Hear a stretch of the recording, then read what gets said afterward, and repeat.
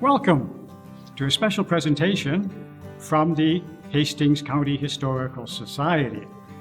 We're coming to you today from the Manly MacDonald Room at the John M. Parrott Art Gallery, which is on the third floor of the Belleville Public Library.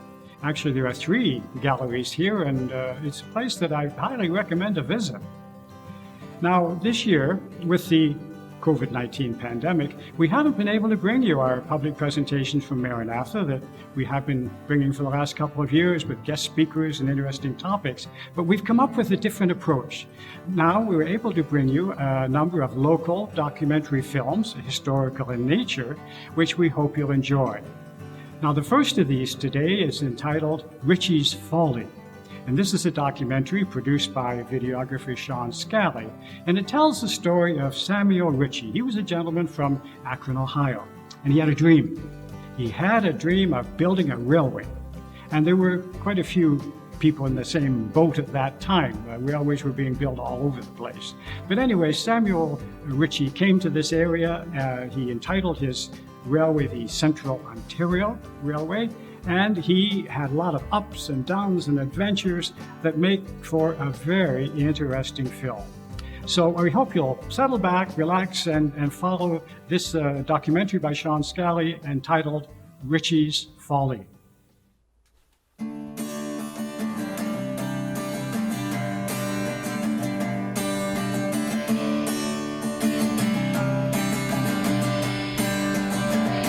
Well, I won't let anyone live my life for me.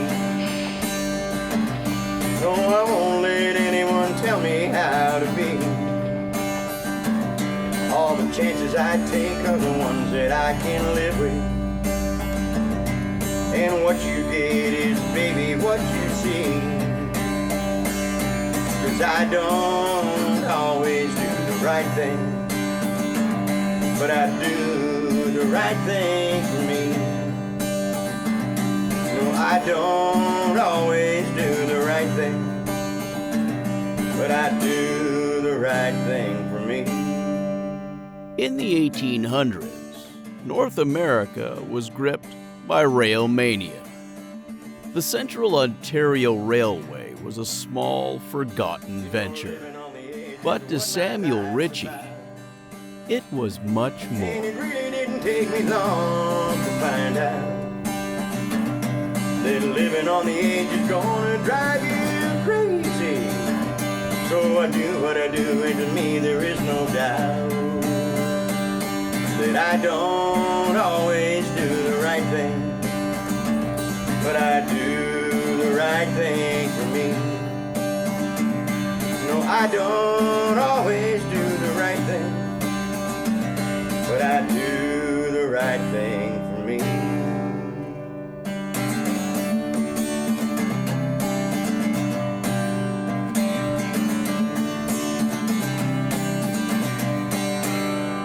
No, I don't always do the right thing, but I do the right thing for me. Well, it may not look like it's the right thing, but I damn well do the right thing just for me, yeah.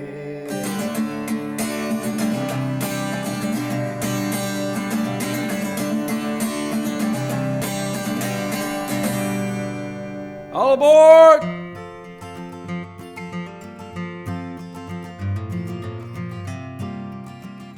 The popular telling of the Great Canadian Railroad story begins with the planting of the first spike of the Canadian Pacific Railway and ends with the planting of the last spike in 1885. The truth is, Canada was near the end of a great railroad boom by then. Railway mania. Hundreds of branch line railways connecting thousands of communities, large and small, were built in the 50s, 60s, and 70s, years before the idea of a transcontinental railroad became a national dream. In theory, the branch lines meant an economic boost to the communities they passed through. Politicians and citizens lobbied hard to make sure their town was a stop on the line. In reality, for the men who built them, the branch lines were built for one of 3 reasons. First, as always, there was money. The early rail barons were financiers. Every town, large and small, was willing to pay a high price for every mile of track it took to get the railway to stop in their town. And often, they were willing to pay bonuses on top of that. In Ontario, the provincial government threw more money into the pot through the Railway Aid Fund. Often, keeping track of all the money was more of a challenge than laying the track. The second reason was utility. Many of these railways were built by and for great industrialists, lumbermen, and mine owners of the day. They had resources that needed to be moved, timber and ore by the ton, and they had business savvy to understand that by owning the railways, they would always have the upper hand in how and where they operated. And then there was the third reason for building a railroad. Men will be boys, and boys like trains. It's simple as that. Let's go back to 1881. Our story begins in Trenton, Ontario. The Prince Edward County Railway had been running for 32 miles from Picton to Trenton Junction for a couple of years, stopping in Bloomfield and Wellington and Consacon. Enter Samuel Ritchie from Ohio. Financier, industrialist, mine owner, former boy. The Prince Edward County Railway. It was March 29, 1878. An advertisement in the Picton Gazette announces that 100 cords of beech and maple body wood is wanted by the Prince Edward Railroad, for which the highest market price would be paid. The announcement comes as a bit of a surprise to almost everyone. It was 5 years to the day after a bill incorporating the company had been passed by provincial legislature with the backing of a bonus subsidy of $87,500 granted by county council. It was 4.5 years after the day that it looked like the bubble had burst for good on railway mania. On September 18th of that year, American financier J. Cook, the man behind America's second transcontinental railway, went bankrupt, forcing his bank to close its doors and sending North America into its deepest depression ever. For almost 5 years, it looked like Prince Edward Railway was dead forever. But on June 15, 1878, County Council met once again in the Shire Hall, and by a margin of 1 vote, a new timeline was agreed to. With the bonus reduced to $60,000, everything was in place for the first public meeting of the company shareholders. For many, this was the first hint that railway finance could look something like a shell game. Going into the meeting, it was public knowledge that the capital required for the project was expected to be something close to $700,000. The first order of business was to bring that expectation down. Costs had gone down over the years, or so the shareholders earnestly maintained. Surely it could be built for $300,000, they all argued, knowing that even that amount could never be raised without the backing of a bond house. Stocks would have to take second place to bonds. In fact, of the $102,000 in shares held, only 10% had been subscribed. The rest was held on an on-call basis at 10% each time. The meeting broke up with the realization that the real working capital on hand was only $10,200. By the end of the year, the call went out for another 10% from stockholders. The village of Wellington kicked in a bonus of $2,500. The town of Picton put in $20,000. The village of Trenton added another $10,000. Winter came and there was no hope for construction to start. But by the first sign of spring of 1879, everything was in place. That included a subsidy from the province of Ontario through the Railway Aid Fund and further subsidies amounting to a healthy $7,000 per mile of track. By the beginning of June, several miles of track had been laid and a junction had been made with the Grand Trunk at what became known as Trenton Junction. This made it possible for the railway's first locomotive to be delivered to the engine house, where it remained parked outside while the contractor finished building the turntable and pit inside. By the end of June, a second locomotive had arrived and stations were ready or close to ready at Bloomfield, Wellington, Consacon, and Trenton, waiting for the track gang to catch up after being delayed by farmers holding out for a premium price for their land. Still, by the end of September, everything was finished and ready for the federal inspectors, and on October 7th, 1879, a week before the $60,000 bonus from the Prince Edward County was due to expire, the railway held its official opening. One locomotive left from Picton, the other from Trenton. 200 dignitaries and invited guests rode for free. Given that the railway owned only 2 passenger cars and 2 flat cars, many of the dignitaries must have ridden in the cars from the Grand Trunk. From all reports, the track was exceptionally smooth. The line opened to the public on October 27th. Right from the start, business was brisk. Both freight and passenger traffic exceeded expectations. A half-price return fare encouraged daily excursions by individuals and families, and churchgoers and fraternal organizations. In just the first year, the railway operated with a surplus over operating costs of about $2,000, thanks in large part to the $218,500 in subsidies received from various levels of government. Just a month after its first anniversary, it was announced that the Prince Edward County Railway had been sold. Boys and trains. The railway was sold to the McMullen brothers, George and J.B., members of a controversial Picton family. George was notorious in part for his role in bringing down Canada's first federal government under Prime Minister John A. Macdonald and the Tories over the Pacific Railway scandal 10 years earlier. McMullen's testimony and incriminating documents, some stolen, that he sold to the Liberals, made McMullen the arch-villain in the affair, as far as the Tories were concerned. Although well-to-do, the McMullen brothers lacked the capital to own and run a railroad, especially with the ambitious plans they had in mind. Where the money was going to come from was a much-discussed mystery. While passenger mail and freight service, limited mostly to hay and barley, paid the bills for the Picton to Trenton line, everyone was looking north for the big money to be made in mining. While George McMullen was concentrating on the railway, his brother J.B. was scouring the northern mining region with a geologist tied to a wealthy American investor. With the announcement of plans to construct a giant ore dock and steamship line for ore carriers at Weller's Bay, south of Trenton, the company was granted federal permission and then set out to raise funds for an extension of the railway to Madoc by way of Stirling, Marmora, and Malone. Madoc was already being served by the Trenton Junction Railway on its way from Peterborough to Belleville. In front of a committee from Madoc, the McMullens argued that theirs was a better alternative.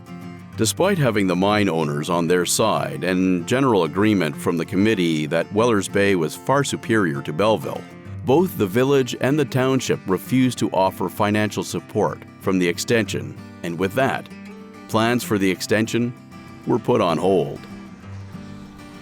And while all this was going on, American financier and industrialist Samuel Ritchie had been busy discreetly buying up mineral rights in the area and partnerships in existing mines. By the beginning of 1881, Ritchie had purchased more than 10,000 acres of mineral-rich land and a partnership in the Cohill Mine, which, although small at the time, was believed to be sitting about 200 feet over a bed of high-quality ore, 70 feet deep. Ritchie had one goal in mind. He was going to build the biggest iron ore operation in the world. And every aspect, mining, smelting, and transportation, would be under his control. When the shareholders of the PEC Railway met again on June 17, 1881, at the Wilson Hotel in Picton, the existing directors all stepped down. The new directors were J.B. McMullen, Director, H.C. McMullen, Secretary-Treasurer, George McMullen, Vice President, and Samuel J. Ritchie as President. The big mystery had come to an end. The deep pockets behind the McMullen brothers belong to Ritchie. Born near Akron, Ohio on November 24, 1838, Ritchie was just 43 years old at the time. Raised on the family farm, Ritchie went off to work first in lumbering and later railroading. On June 15, 1865, he married Sophronia Hale, daughter of a wealthy landowner. Within a few years, he opened up a carriage factory. Always an innovative and ambitious thinker, he extended the factory and began manufacturing sewer pipe. It was here that he learned that paramount importance of making personal connections and garnering political favor at all levels if his business was going to be a success. And it was. For 11 years, the business was highly successful. Ritchie garnered favor with influential men in business and politics, among them the King of Steel, Andrew Carnegie, and the great inventor Thomas Edison. He grew wealthy, and then the plant burnt down. Never one to be defeated, he went looking for a bigger challenge, and that brought him to Trenton and the rich mining country to the north. Over the coming years, despite many more profitable ventures, the railway would become his great obsession. Like many other men before him, and many that came after, Samuel Ritchie was, always, at heart, just a boy who liked trains. The Central Ontario Railway. Soon after Ritchie took over the reins, a bill for the northern extension soon came before the Ontario legislature. In anticipation of its successful passage, much was happening. Ritchie announced that a contract for part of the work on the 36-mile extension had already been let. He announced that the railroad had purchased 2,600 acres of iron ore fields from William Coe. He announced that the company had contracted to deliver 400,000 tons of ore during the coming summer.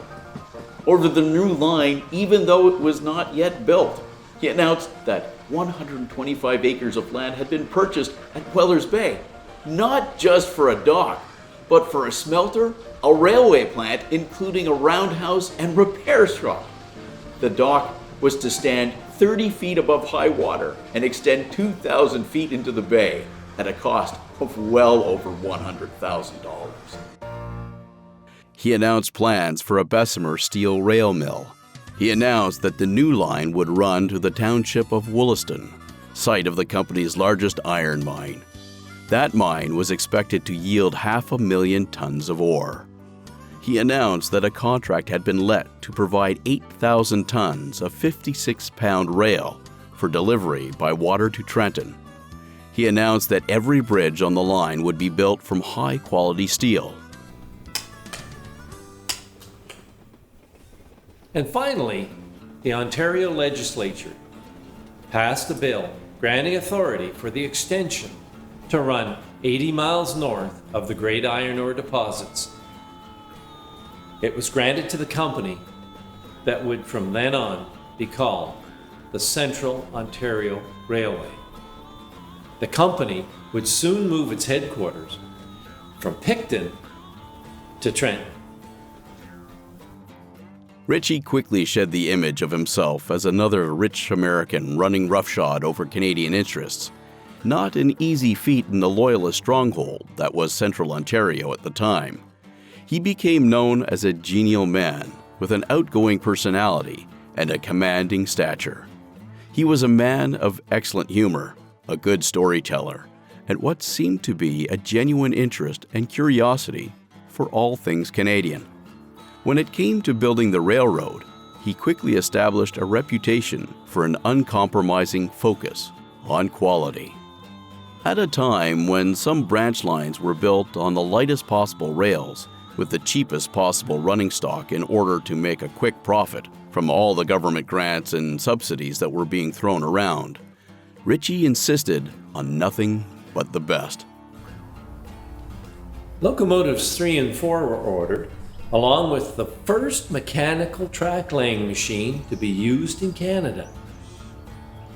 Assembled by the Crossan Company in Cobourg, it was soon laying 1 mile of track every day. And then things ground to a halt. Despite the early enthusiasm, it seemed that the new Central Ontario Railway couldn't catch a break. A delay in finishing a bridge held up delivery of essential construction materials, and that held up the whole project. One section from Malone to past Millbridge required 87 rock cuts, many of them extensive. Construction costs were much higher than anticipated.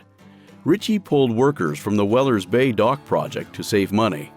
There was no need for the ore dock if the line couldn't reach the ore at Coe Hill.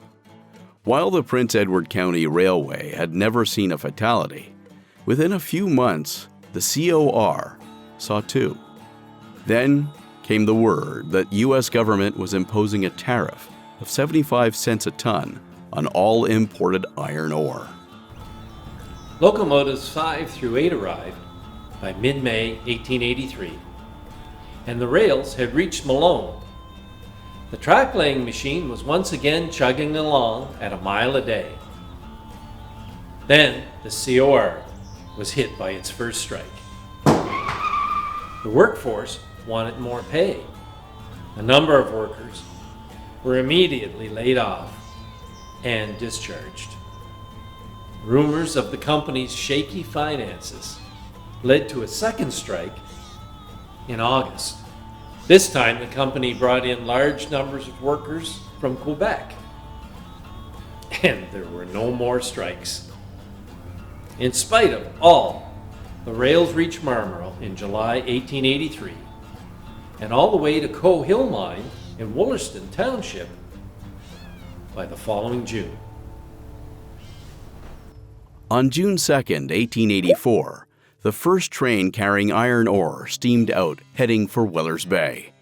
The work on the dock there was now being completed with frantic haste. Offshore in the Bay of Quinte, 2 large barges and a schooner lay at anchor, ready to come alongside to be loaded with ore directly from the train through long chutes. On June the 5th, a special train left Picton for Coe Hill, carrying Ritchie and the McMullen brothers along with a number of VIPs, most of them from the U.S., and also the manager of Molson's Bank in Trenton, that institutio having more than a casual interest in the railway. By the end of 1884, 30,000 tons of ore from Coe Hill had reached the United States. Everything Ritchie had dreamed of was falling into place. Bad ore.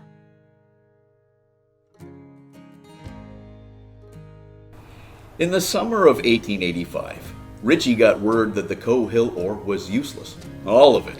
It couldn't be smelted. Its sulfur content was too high, and there was no known means to separate the sulfur from the ore. Ritchie and his associates tried their best to keep this news a secret. Ritchie headed off to Sudbury with a wild idea. During construction of the CPR, copper deposits had been discovered at Sudbury. Always on the lookout for an opportunity, Ritchie, along with Stevenson Burke and Senator Payne of Ohio and others, had organized a syndicate to purchase the rights to mine copper in the area. He believed that if the copper claims could be developed quickly, there might still be a chance to save the COR. Meanwhile, at Combermere, a small settlement to the north of Renfrew County, a small band of settlers had a wild idea of their own. They believed that if they could induce one of the local railways to opening a line into the free grant lands of northern Ontario, they might be saved as well. The land contained mineral deposits and timber forests and, although mostly wilderness, more produce than the area farmers could easily find a market for. A committee was appointed to approach 3 of the local railways to inquire what financial inducements would be required to make such a project worthwhile. The Kingston and Pembroke Railway was geographically best suited, but it was still under construction and had enough troubles of its own. It wasn't interested at all. Neither was the Irondale, Bancroft, and Ottawa, the IB&O. Ritchie, on the other hand, was not only interested, it seemed that he already had a plan in the works. It was bold. It was exciting. it was going to take an awful lot of money. Ritchie recruited the influential J.S. McQuaig to lead the deputation to Ottawa to plead the case for federal funding. Along with 8 members of Parliament from across Ontario, McQuaig and Ritchie met with the Minister of Railways, the Honourable J.H. Pope, on February 12, 1886. The delegation surprised everyone with an ambitious proposal for an extension from Coe Hill all the way to the Canadian Pacific Transcontinental Line at either Callander or Pembroke. Though not laid out in his proposal, this would have allowed Ritchie to ship his syndicate's copper at Sudbury to their docks at Wellers Bay. It also would extend the syndicate's inbound reach all the way to the prairies. With John A. Macdonald back as Prime Minister, Ritchie wisely added one more surprise. The McMullen brothers, he announced, had retired from their connection with the railroad. For the Macdonald government, any deal that involved the villainous George McMullen would have been seen as an insult.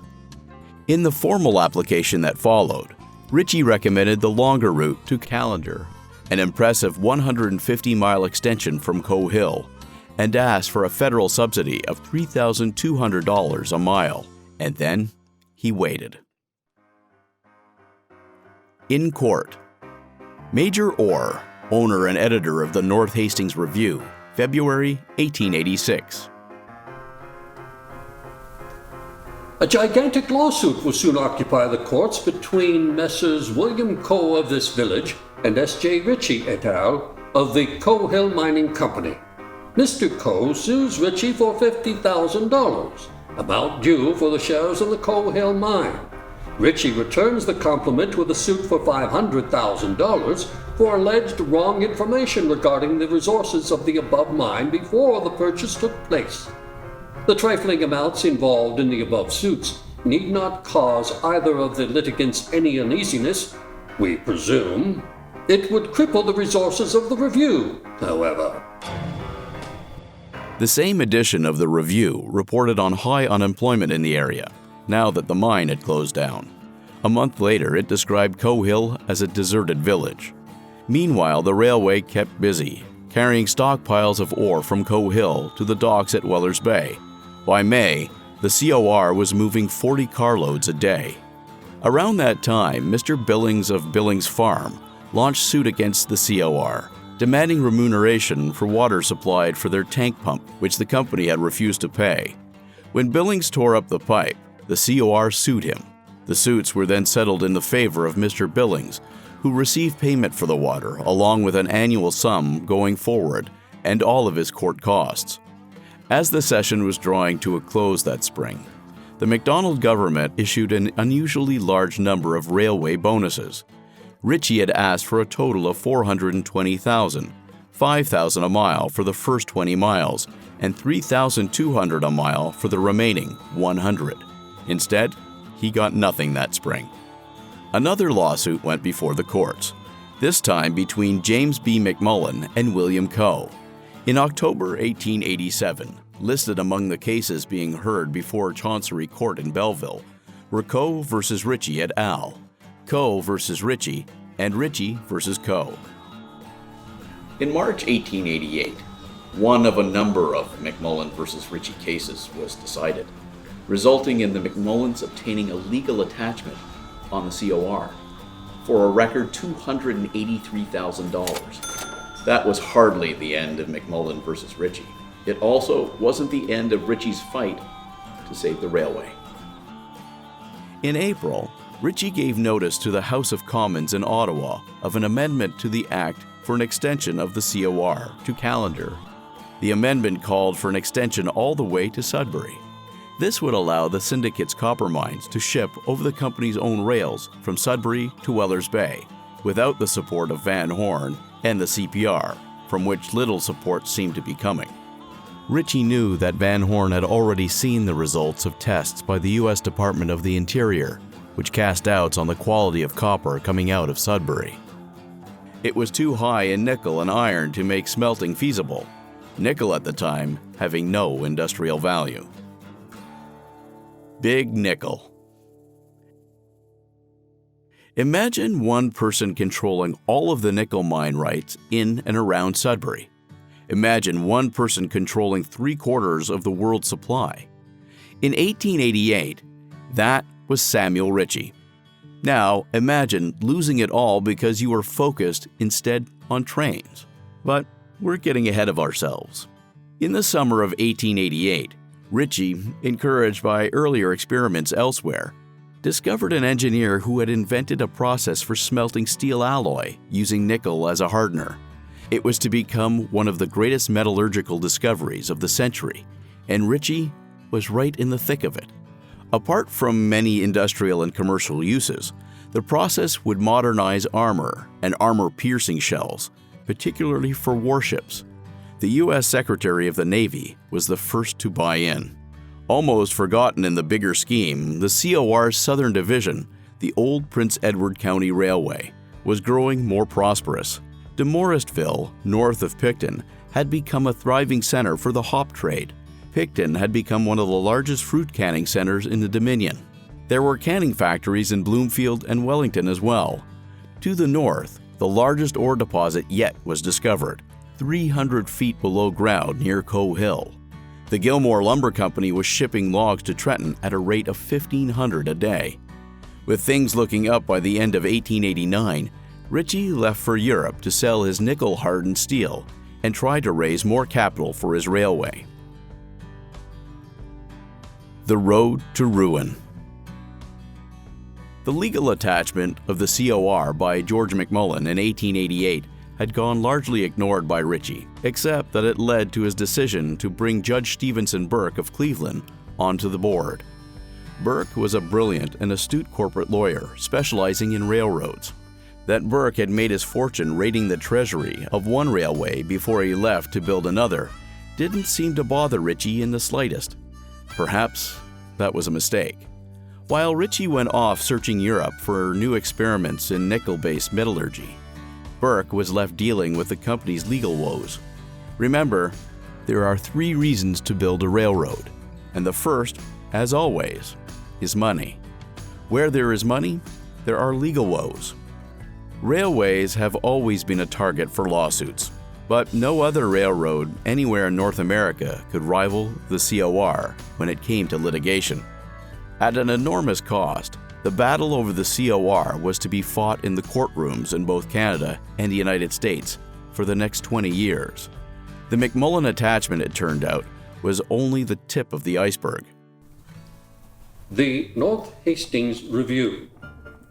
Headline: Ritchie, McMullen. Subheading: The Wicked Partners Make a Big Haul. Dateline: Cleveland, February 27, 1890. President S.J. Ritchie of the Central Ontario Road entered suit here today against B. and G.W. McMullen, directors of the road, for $181,500. President Ritchie states that they were directors in the road and deliberately took possession of 210 first mortgage bonds worth $1,000 each, and 2,375 coupons of $30 each. These, so Ritchie claims, they converted to their own use and have wholly failed and refused to account for except $100,000. And there is yet due $131,500. The books of the company were in the hands of the defendants and so obscurely kept that they failed to show clearly what amounts the defendants had paid over to the plaintiffs or to what use the monies received accounted for.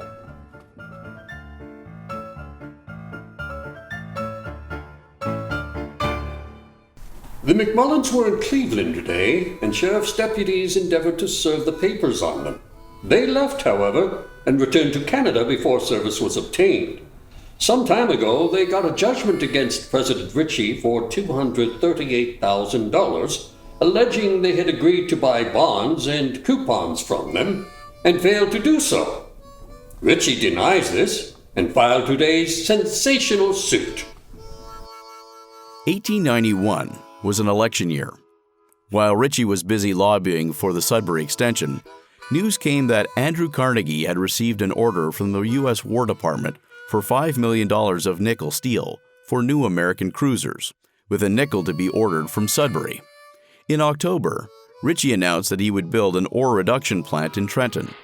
Provided that the town pays me $75,000 bonus.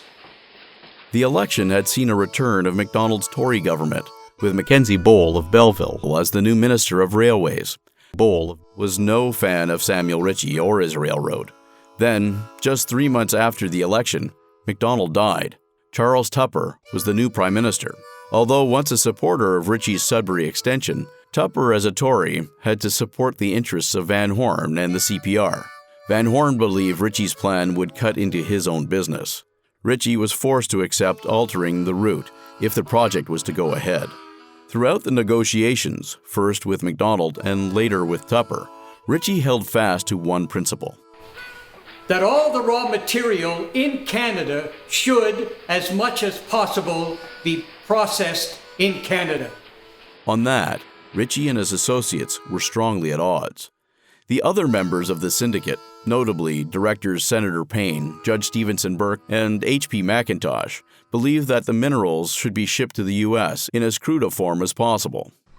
There was apparently the most cordial acquiescence on the part of Judge Burke and Senator Payne, and others interested in our side of the line.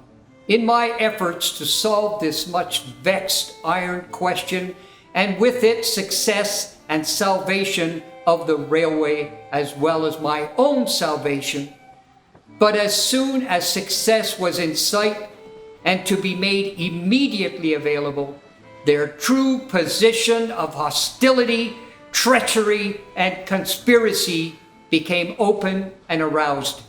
In this, they are only consistent in their own past history in making and availing themselves of the opportunity to destroy my interests. On October 9, 1891, the village of Trenton announced that they were ready to accept Ritchie's terms. Both town council and citizens of Trenton were willing to pay $75,000 towards the reduction plant.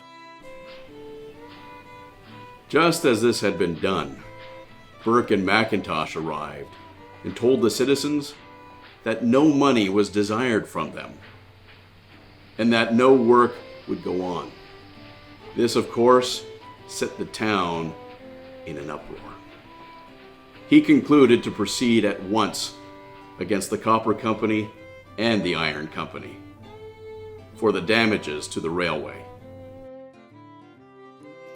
On the same day, he wrote to McIntosh, I said, Dear Sir, I demand that you immediately surrender and return to the Secretary of the Central Ontario Railway the stock books, the minute books, and the company seal, which you unlawfully carried away from my company's office yesterday. Yours, etc., S.J. Ritchie, President of the Central Ontario Railway.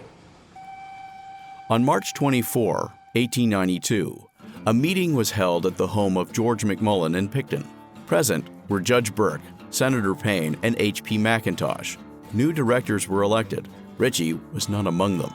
He was voted out of the Sudbury Company entirely, and by that act, he was ruined. To Bancroft.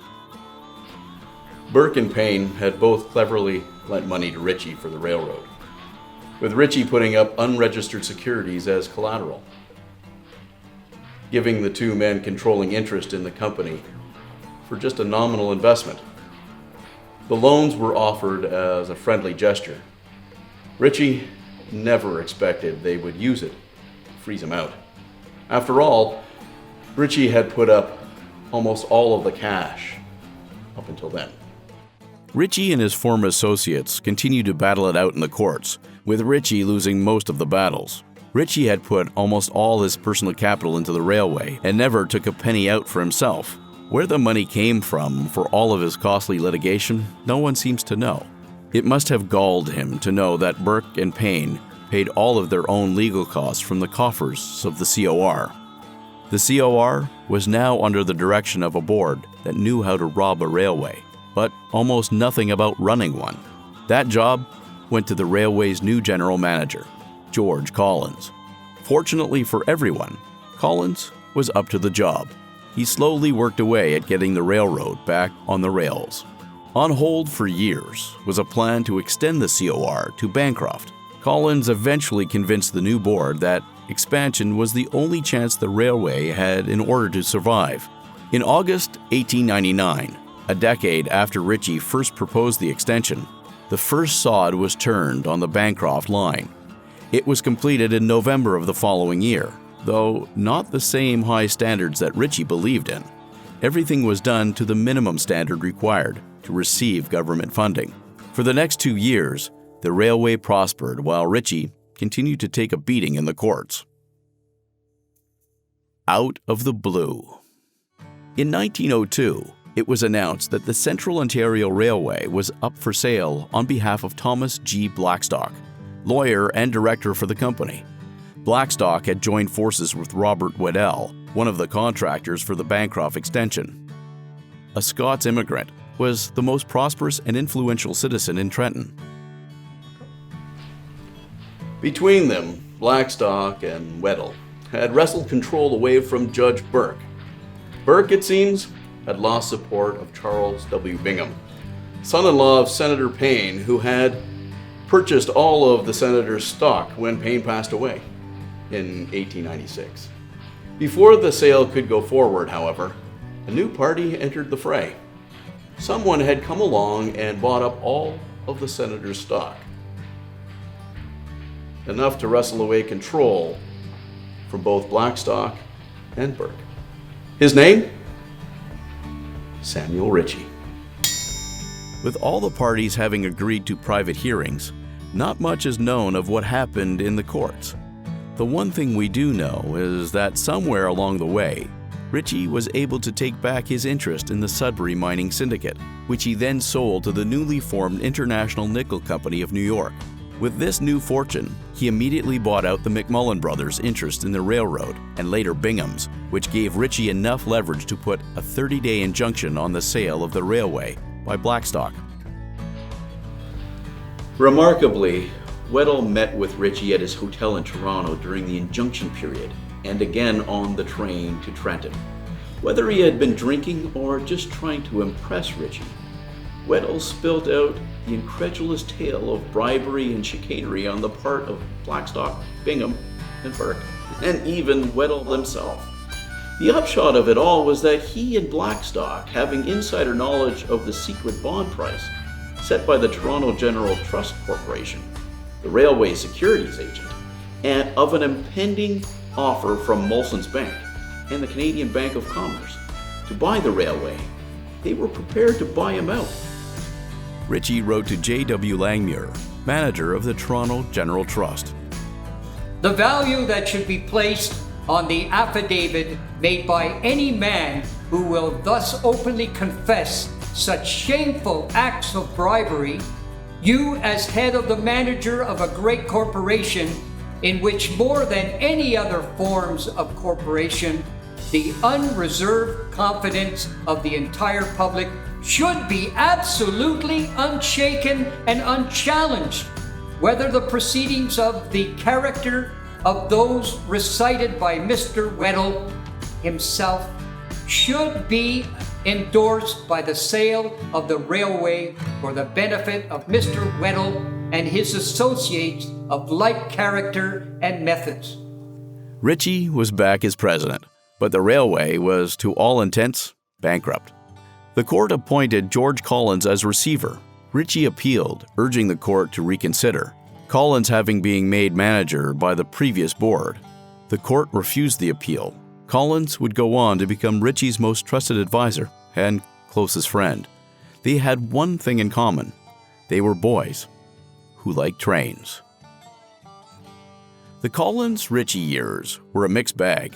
George Collins oversaw the day-to-day challenges brought on by increased competition from E.W. Rathbun's Bay of Quinte Railway and by a succession of hard winters.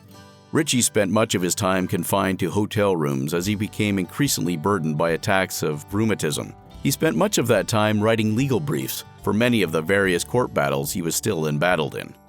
The ramshackled old wooden station at Trenton was replaced by an impressive brick and stone structure with a slate roof, central heating, and electric lighting. The grand new building served as the new headquarters for the COR as well. New locomotives were added, and so was a new coach and baggage car. A new extension was applied for, 40 miles north through Maynooth to Whitney. A weight scale was added at Bannockburn. Telephones were installed in all stations. All this while the COR was still under the threat of foreclosure. Then the Privy Council brought forth a judgment that looked like the end for Ritchie. The bondholders would be allowed to sell the railway. Controlling interests in the bonds was held by Blackstock and Weddell. There were more and more rumors of possible buyers, the CPR and Grand Trunk among them.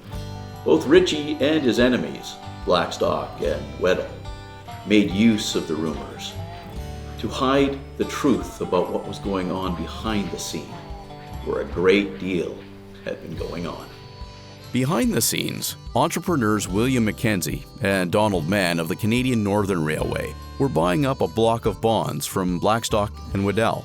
It wasn't a large block by itself, but what Blackstock and Weddell didn't know was that elsewhere behind the scenes, Mackenzie and Mann were negotiating with Ritchie as well.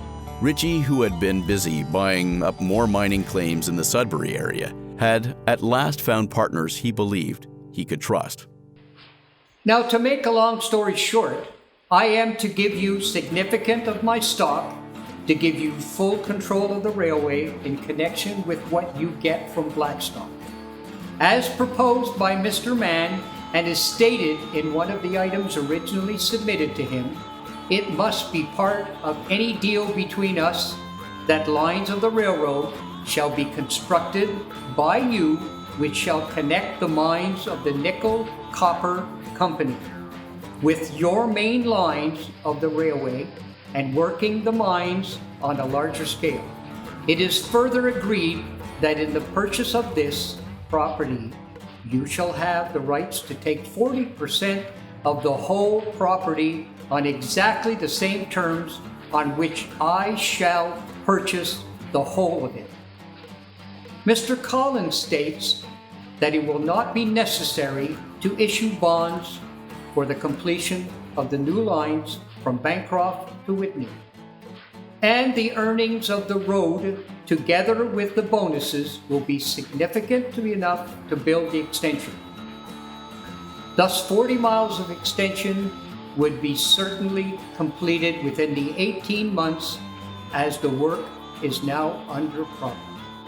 Effectively, Mackenzie and Mann now own the COR, but remain junior partners to Ritchie. Collins continued to run the day-to-day operations of the railway as he supervised its extension, with Ritchie never far out of the picture. Ritchie's rheumatism grew worse as he continued his battles in court. Epilogue. Mackenzie and Mann took over the COR in 1905. The new line was completed as far as Maynooth and opened in November of 1907. George Collins worked through the challenges of the increasing competition and unfavorable economy and consecutive winters of heavy snowfalls to keep the trains running despite financial hardships. In the hot, late summer of 1908, with fierce wildfires burning through the woods along the northern lines of the Central Ontario Railway, Samuel Ritchie passed away early on the morns of September 8th. He was hard at work at the time, writing another legal brief at his hotel room in Charleston, Virginia. The Ritchie era was over. With George Collins as superintendent, the line continued on for a number of years under the Central Ontario name until its identity was swallowed up completely by its new parent company, the Canadian Northern Railway. It was still known as the COR in 1913 when the Great War began on August 4th. On August 9, a Sunday, a car cleaner working near the new Trenton station noticed a stranger walking near the tracks. The man identified himself as a special detective working for the railway. A little while later, the car cleaner learned that the railway had no special detectives. After seeing the same man placing something under one of the tracks, later that night, the car cleaner chased him off. Another man hiding in the bushes fled as well. Under the rails was a stick of dynamite, partly wired. A troop train was due over the tracks within hours. The Great War had reached the Central Ontario Railway. The Canadian Northern was gone by the end of the war. With the abandonment of the line, the impressive station and COR headquarters in Trenton was demolished. In the annals of Canadian railway history, Samuel Ritchie is all but forgotten.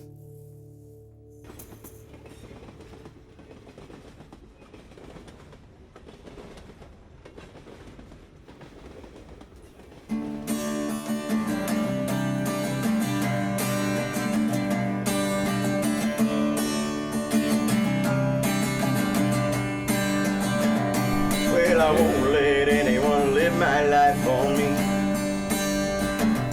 No, I won't let anyone tell me how to be. All the chances I take are the ones that I can live with. And what you get is, baby, what you see. 'Cause I don't always do the right thing, but I do the right thing for me. No, I don't always do the right thing, but I do the right thing for me.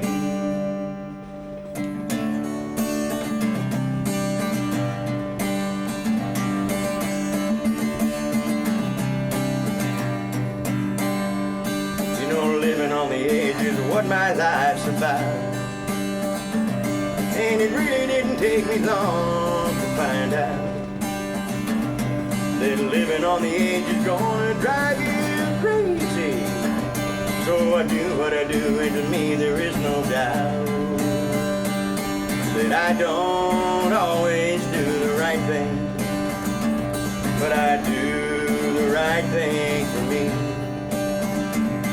No, I don't always do the right thing, but I do the right thing for me.